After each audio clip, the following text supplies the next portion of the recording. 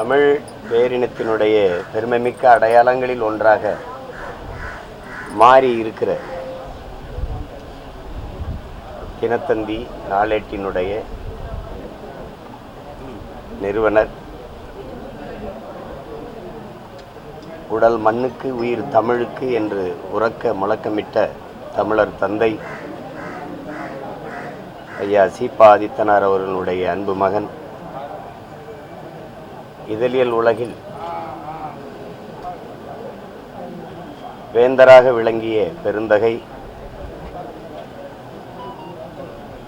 இந்த நாட்டினுடைய ஒலிம்பிக் சங்கத்தினுடைய தலைவராக 2 முறை இருந்து எண்ணற்ற வீரர்களை உருவாக்கிய மகத்தான மனிதர்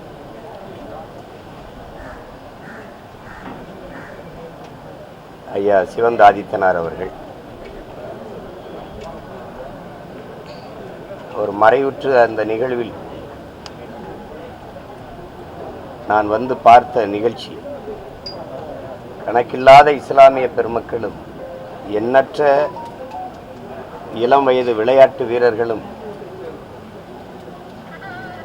அழுது அரற்றியதை பார்க்கும்போது அவர் எவ்வளவு தூரம் இஸ்லாமிய மக்களோடு அன்பு கொண்டு நேசித்து நின்றிருக்கிறார், சாதனை பல படைத்த விளையாட்டு வீரர்களை எவ்வளவு பேரை உருவாக்கி இருக்கிறார் என்பதற்கு சான்றாக இந்த நிகழ்வு இருந்தது.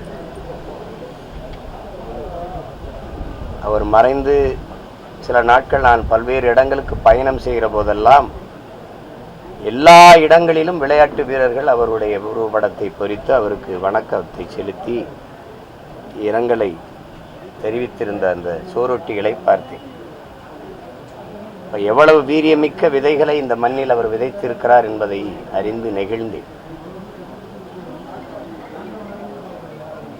அப்படிப்பட்ட ஒரு மதிப்புமிக்க தமிழர், அவருடைய நினைவை போற்றுகிற நாள் இது.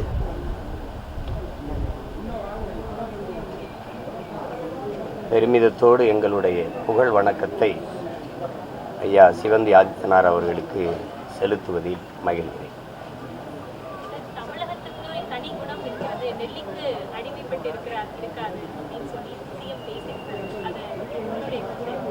தமிழர்களுக்கு தான் தனி குணம் இருக்குது, தமிழகத்துக்கு எங்கே இருக்குது? தமிழகத்தில் யார் அப்படிலாம் தனித்த குணம் படைத்தவர்கள் வந்து அப்படிலாம் வந்து சும்மா எல்லாரும் சொல்லணுங்கிறதுக்காக ஒரு உரையாடலாக சொல்லி வைக்கிறது.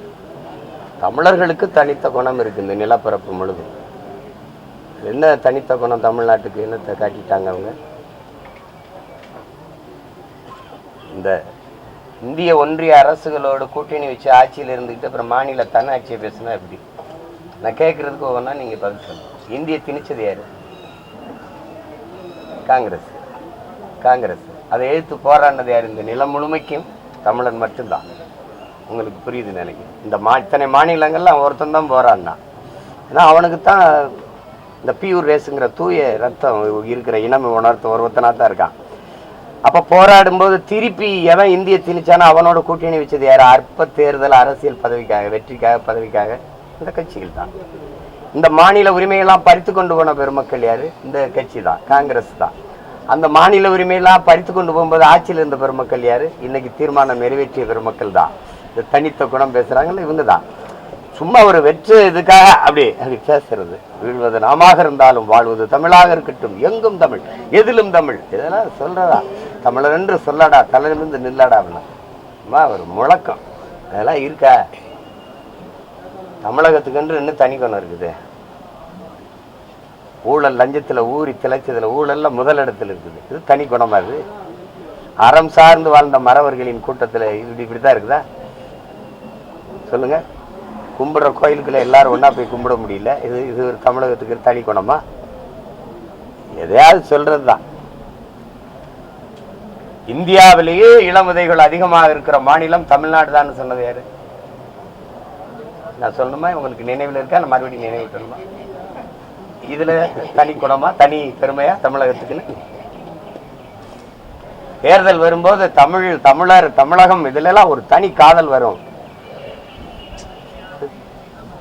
அதுதான், அது ஒன்றும் பண்ண முடியாது. பார்த்து ரசிச்சுக்கிட்டு கேட்டுக்கிட்டு போக வேண்டியதுதான். அந்த இந்த தேர்தல் வரும்போது வருகிற இனிப்பு பசப்பு இந்த வெற்று வார்த்தைகளுக்கு மயங்குகிற ஒரு கூட்டம் அது இல்லை, மாறிடுச்சு. அறிவு தெளிவும் அரசியல் புரிதலும் கொண்ட விழிப்புணர்வுற்ற ஒரு தமிழ் சமூகம் எழுந்து வருதுங்கிறத கவனத்தில் வச்சுக்கிட்டு இந்த கதைகளை எல்லாம் விடணும். சும்மா அப்பப்போ வேற ஏதாவது பேசிட்டு இருக்கக்கூடாது. வேற ஏதாவது தமிழீழம் தொடர்ந்து பேசக்கூடிய தலைவர்லாம் முக்கியமான தலைவராக நீங்க இருக்கீங்க. நேற்று சிஎம் பேசும்போது டெல்லிக்கு அவுட் ஆஃப் கண்ட்ரோல் தான் தமிழ்நாடு எப்படி பேசியிருக்காரு, அது சாத்தியம் நினைக்கிறீங்க? இவ்வளவு நாள் அப்படி இருந்திருக்கா? அவுட் ஆஃப் கண்ட்ரோல்லாம் என்ன பண்ணும்? என்னை பாருங்க, முக்கியமான பேரிடர் காலங்களில் நிதி தர மாட்டேங்கிற, எங்களுக்கு தர வேண்டிய நிதியை தரல, அதனால ஆசிரியர்களுக்கு சம்பளம் கொடுக்க முடியல, சில முக்கியமான திட்டங்கள் நிறைவேற்றப்பட முடியாமல் இருக்குது, அதனால என் மாநில வரி உனக்கு தர முடியாதுன்னு சொன்னது அவுட் ஆஃப் கண்ட்ரோல். அது அவன்கிட்ட கொடுத்துவிட்டு அவரை தரலைன்னு நெஞ்சிலை வயிற்றுல அடிச்சுட்டு புலம்புறது அவுட் ஆஃப் கண்ட்ரோல் இல்லை, அண்டர் கண்ட்ரோல். புரியுதா? புரியுதா அரசு?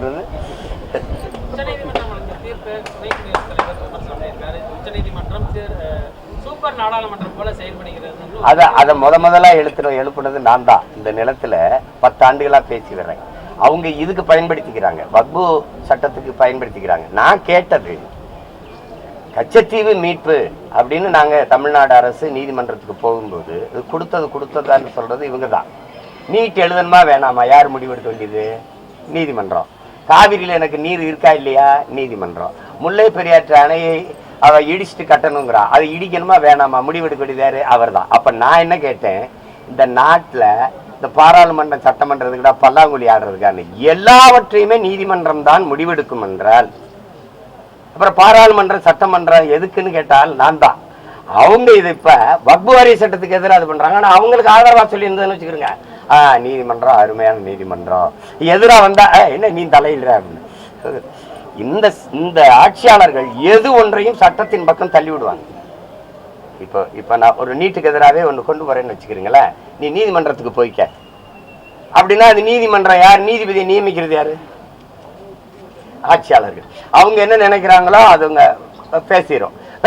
நாங்க எழுத்து போறோம்னா சட்டத்தை மதிக்க மாட்ட, நீதிமன்றத்தை அவமதிக்கிற, சட்டத்தை மீறி போராடுற அப்படின்னு வந்துடும். அப்புறம் சட்ட மீறல், தேச துரோகம் இதெல்லாம் அதுல வந்துடும். இப்ப அவங்களுக்கு அது அந்த கேள்வி கேட்ட ஆள் யார் தெரியுங்களா? அதுவும் நான் தான். போராடும் போது சரி அந்த இஸ்லாமிய வக்புங்கிறத தூக்கிறோம், நம்ம மக்களுக்கு எளிதா புரியல, இஸ்லாமிய அறக்கட்டளைன்னு வச்சுக்கிறோம். இஸ்லாமிய அறக்கட்டளை உருவாக்குனது இஸ்லாமிய பெருமக்கள் தான். அது இஸ்லாமியர் நலனுக்கு தான். ஏக இறைவன் அல்லாவின் திருப்பெயரால ஏழை எளிய மக்களுக்கு உதவணும்னு கொடையாளர்கள் கொடுத்த ஈகை தான் அது. அதுல அதை அவங்க தான் நிர்வகிக்கணும். அதுல போய் 2 இந்து இருக்கலாம்னா திருப்பதி தேவஸ்தானத்துல, தமிழ்நாடு அறநிலையத்துறையில, பூரி ஜெகநாதர் கோயில்ல, கேரளாவில் இருக்க ஐயப்பன் கோயில்ல 2 இஸ்லாமியர் 2 கிறிஸ்தவரை நிர்வாகிய போட நான் சொல்றேன், குற்றம் சாட்டுறேன். தமிழ்நாடு கோயில்களுக்கு சொத்துக்கள்ல நிறைய இடங்கள் ஆக்கிரமிக்கப்பட்டிருக்குன்னு நான் சொல்றேன். இங்க எவ்வளவு ஆண்டு ஒன்றுக்கு அறநிலையத்துறையின் மூலமா வருவாய் வருதுங்கிற கணக்கு வெளிப்படையா இல்லைன்னு நான் குற்றம் சாட்டுறேன். அதனால 2 இஸ்லாமியர் கிறிஸ்தவரை நிர்வாகிய போடுவே எப்படி இருக்கு? அப்படின்னா நீ சாதி மதங்களை எல்லாம் கடந்து ஒரு சமநிலை சமூகம் படைக்க, நல்ல நேர்மையான நிர்வாகம் படைக்க துடிக்கிறாங்கன்னு அர்த்தம். அதை விட்டுட்டு இதுல மட்டும் 2 இந்து இருப்பான்னா ஓ நிர்வாகத்துல 2 இஸ்லாமிய சேர எப்படி இருக்கு? அதை ஆர்ப்பாட்டத்துல கேட்டாலும் நான் தான். அதை மறுபடியும் நீதிபதிகள் கேட்கிறாங்க. அதுக்குதான் அவர் சொல்றாரு, துணை ஜனாதிபதி நீ என்ன இப்படி தலையிடுற அப்படின்னு. அப்ப இதுவரைக்கும் மற்றதெல்லாம் நீதிமன்றம் தலையிட்டுச்சுல. பாபர் மசீது இடிச்சு ராமர் கோவில் கட்டுறதுல என்ன தீர்ப்பு சொல்லுச்சு? நான் சொல்லுவேன் அந்த தீர்ப்பை. ராமர் இங்கு பிறந்ததாகவோ அல்லது அவர் இருந்ததாகவோ வாழ்ந்ததாகவோ வரலாற்று சான்றுகளோ தொல்பொருள் ஆய்வோ இல்லை. ஆனால் இங்கு பிறந்ததாக நம்பப்படுகிறது. அந்த நம்பிக்கையின் அடிப்படையில் தீர்ப்பு. நீங்க சொன்னீங்க முத்தலாக்கு எப்படி? இஸ்லாமிய மக்களின் நம்பிக்கை, அதுக்கு தீர்ப்பு வரும்போது சட்டப்படி தீர்ப்புங்கிறீங்க. அது சட்டமாயிருது, இது நம்பிக்கை ஆயிருது. அப்போலாம் வாயில என்ன இருந்துச்சு? ஏத்து கேட்கல, ஏன்னா உங்களுக்கு சாதகமா தீர்ப்பு வந்துருச்சு. அதானே அது. இதெல்லாம் அதிகாரத்தின் ஆட்டம். அடிமைகள் நாம ரசிக்கலாம், வேற ஒன்றும் பேசிட முடியாது. வேற தொடர்பு இல்ல, அதுல வரக்கூடிய தகவல்கள் நாம் தமிழரோடது இல்லைன்னு நீங்க அறிக்கை விட்டுருக்கீங்க. திடீரென அறிக்கை விடுறதுக்கான காரணம் என்ன நடந்துச்சு? இல்ல உண்மையிலேயே அது அவர் தம்பியுடைய தனிப்பட்ட வலையொலி. அது எல்லாரும் என்ன நினைக்கிறாங்கன்னா அவர் பேசுறதுல இப்படி பேசுறாரு, உங்களுக்கு தெரியாம இப்படி என் பக்கத்தில் நிற்கிறாரு, கேளுங்க தம்பி, இப்படி பக்கத்தில் நிற்கிறாரு என் தம்பி, அவர் ஒரு கருத்தை பேசுறாரு, அது கட்சியின் கருத்தா பார்க்கப்படுது.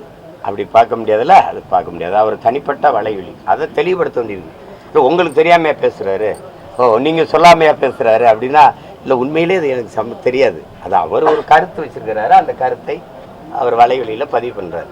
அதை தெளிவுபடுத்தணுங்கிறதுக்காக தான் அந்த அறிக்கையை கொடுக்க வேண்டியதாகிடுச்சு. இப்போ குழப்பம் இல்லை, புரியுதா?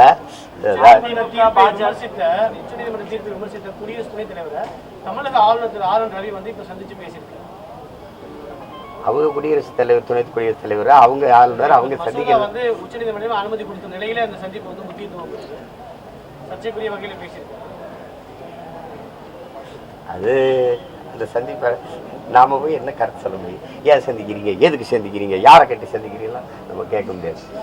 சந்திக்கிறாங்க, அதே தான் அதிகாரத்தில் இருப்பவர்களினுடைய விளையாட்டு. நம்ம வளாகத்தில் உட்காந்து வேடிக்கை பார்த்து இருக்கலாம், அவ்வளோதான் செய்ய முடியும். நமக்கு அவ்வளோதான் இருக்கும். 2026 கூட்டணி ஆட்சி அமைப்போம்னு பாஜக அதே வேளையில் அதிமுக நாங்கள் தன்னிச்சையாக ஆட்சி அமைக்கும் அப்படிங்கிற மாதிரி அவங்க கூட்டணிக்குள்ள இப்படி ஒரு கருத்து சொல்றாங்க. 2023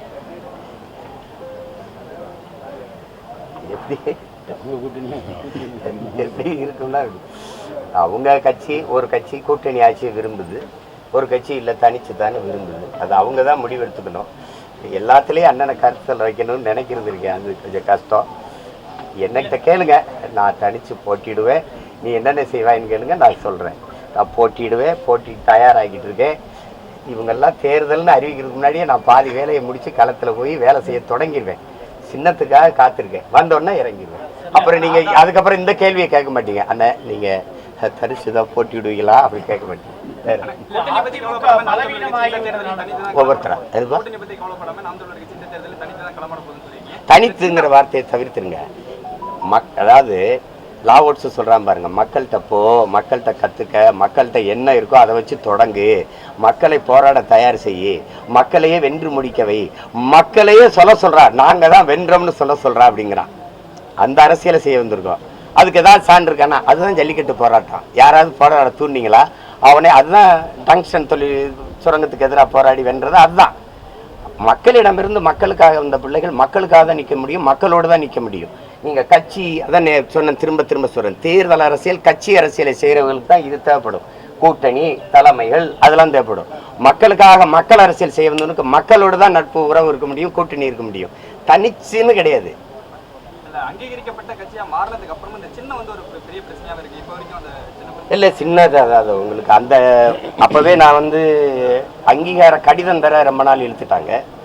அதுக்கு டெல்லி, அது ஹரியானா இந்த தேர்தலை காரணம் காட்டிகிட்டு இருந்தாங்க. அப்புறம் அங்கீகார கடிதம் வந்தது, திருப்பி தான் இந்த சின்னத்துக்கு நான் பரிந்துரைச்சிருக்கேன். இதை கொடுங்கன்னு கேட்டிருக்கேன், கோரிக்கை வச்சு கேட்டிருக்கேன்.